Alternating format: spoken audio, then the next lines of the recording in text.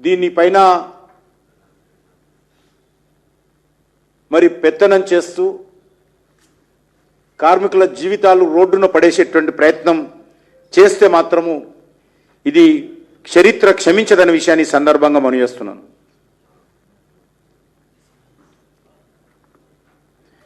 మనకందరికీ తెలుసు, గతంలో యూపీఏ హయాంలో మన్మోహన్ సింగ్ గారు ఉన్నప్పుడు 10 సంవత్సరాల్లో ఏ రకంగా బొగ్గు కుంభకోణాలు జరిగాయో మనం చూసాం.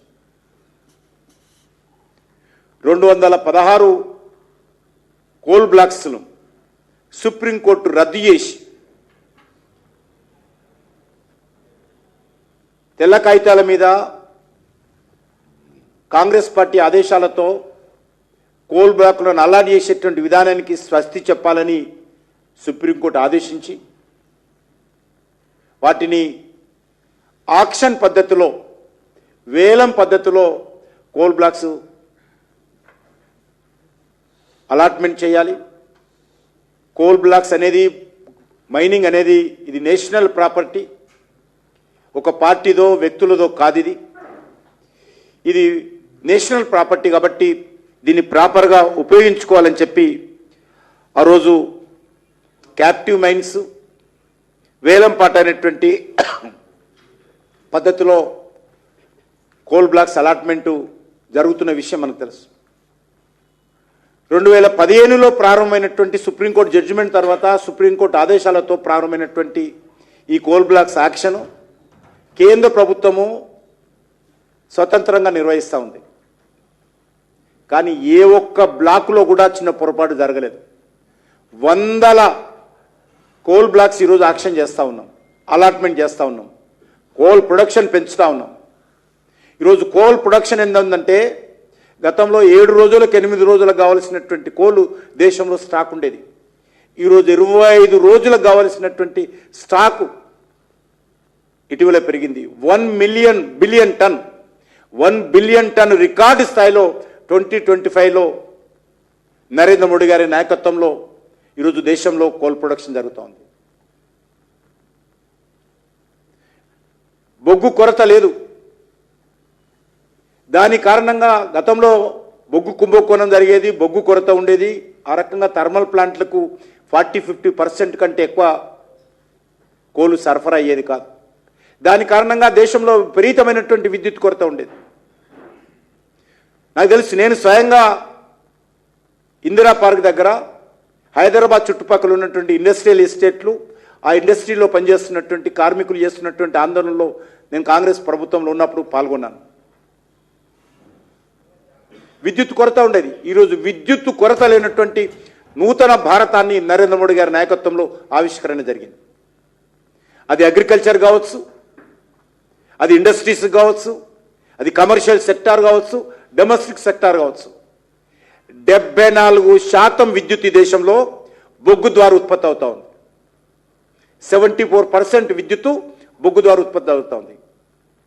ఎంత విద్యుత్ కావాలన్నా, ఎంత బొగ్గు కావాలన్నా కూడా ఈరోజు కేంద్ర ప్రభుత్వం కానీ మా కోల్ మినిస్ట్రీ కానీ సిద్ధంగా ఉంది. అంత అద్భుతంగా ఈరోజు మేము కోల్ బ్లాక్స్ యాక్షన్ చేస్తూ ఉన్నాం. నేను మంత్రి అయినటువంటి సంవత్సరంన్నరలో కూడా 100% పారదర్శకతతో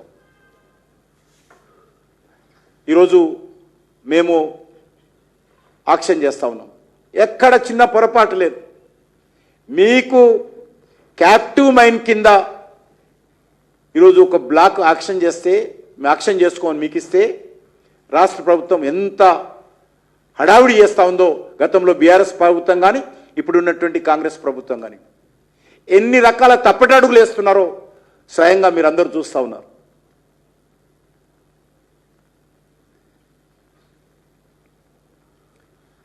ఈరోజు బొగ్గు బకాయిలు సుమారు అటు ఇటు 20,000 కోట్లు ఉన్నది.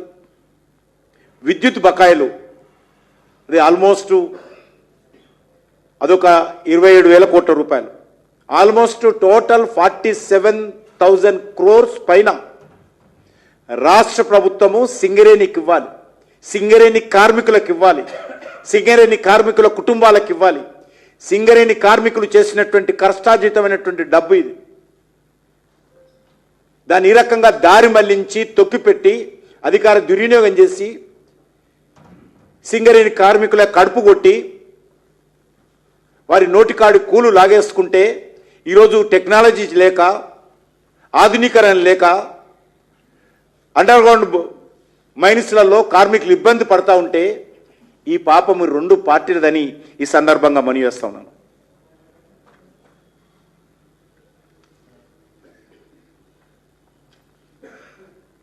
నేను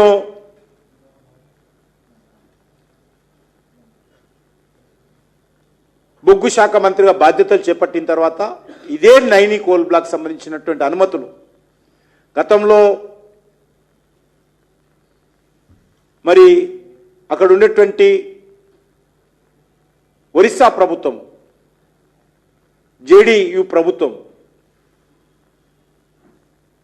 అనుమతులు ఇవ్వకుండా ఆపేస్తే అక్కడ బీజేపీ ప్రభుత్వం ఎలక్ట్ అయిన తర్వాత మొన్న నేను వెళ్ళి స్వయంగా నేను మాట్లాడి నైని కోల్ బ్లాక్ మా సింగరేణికి లేదు, వచ్చినటువంటి కోల్ బ్లాకు మరి టీఆర్ఎస్ కారణంగా ఒకసారి టెండర్ అయితే రద్దయింది, ఇంకా కొంత స్టేట్ గవర్నమెంట్ క్లియరెన్స్ ఇవ్వాలి, సుమారు 643 హెక్టార్ల భూమి సింగరేణికి మీరు అప్పగించాలంటే పెద్ద మనసుతో ఒరిస్సా బీజేపీ ముఖ్యమంత్రి అంగీకరించి ఆ ల్యాండ్ అప్పగించిన తర్వాత దానికి టెండర్ వేస్తే ఈ తతంగం అంతా కూడా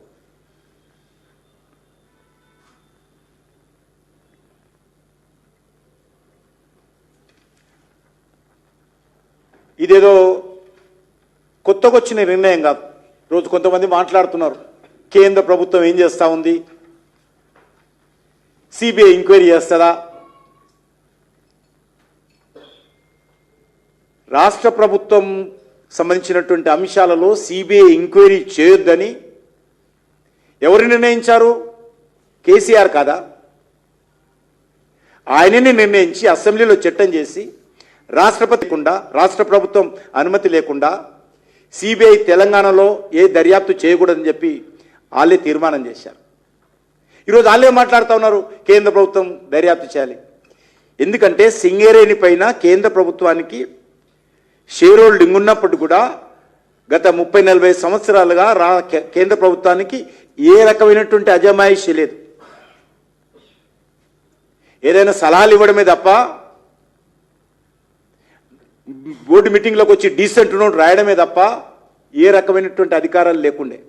వాళ్ళ అధికారం ఉన్నప్పుడు తెలియదా మరి 49% కేంద్ర ప్రభుత్వానికి ఉంది షేర్స్, వాళ్ళకు కూడా మాట వినాలి, వాళ్ళ అన్ని విషయాలు చెప్పాలని అప్పుడు ఉన్నటువంటి టీఆర్ఎస్ ప్రభుత్వానికి తెలియదా? మరి అనేక రకాలుగా 12 ప్రైవేట్ కంపెనీలకు మీరు టెండర్లు ఇచ్చారు కదా, అనేక చిన్న చితక పనులను కూడా ఏ టెండర్లో అయినా కేంద్ర ప్రభుత్వానికి చెప్పారా మరి టీఆర్ఎస్ ప్రభుత్వము? కాబట్టి రెండు పార్టీలు కూడా దొందే. ఈ రెండు పార్టీలు కూడా ఒకటే బాటలో ఉండి సింగరేణిని దోచుకునేటువంటి ప్రయత్నం చేశారు.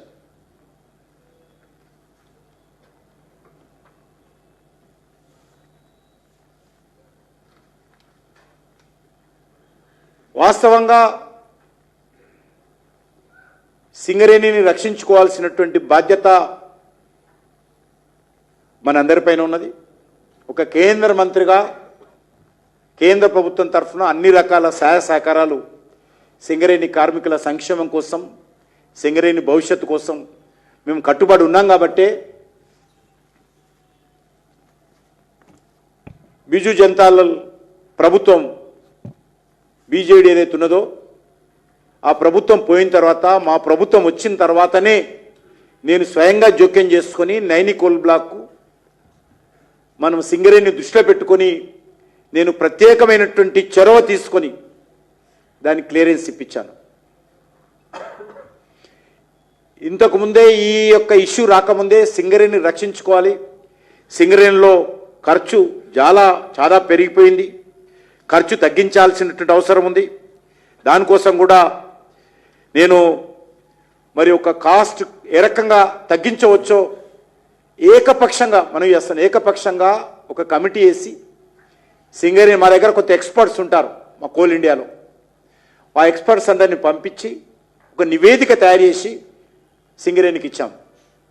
మీ దగ్గర కోలు ఖర్చు చాలా ఎక్కువ ఉంది, దీన్ని తగ్గించుకోండి అని చెప్పి నేను నా సొంతగా సలహా తీసుకొని ఆ రకంగా ముందుకు రావడం జరిగింది. ఎందుకంటే ఈరోజు వెస్టర్న్ కోల్ఫీల్డ్ అని ఉంది నాగ్పూర్ హెడ్ క్వార్టర్గా. Western coalfield, Singareni coal company ఒకే రకమైనటువంటి ప్రొడక్షన్లో ఆల్మోస్ట్ ఒకే రకంగా ఉంటాయి. అక్కడ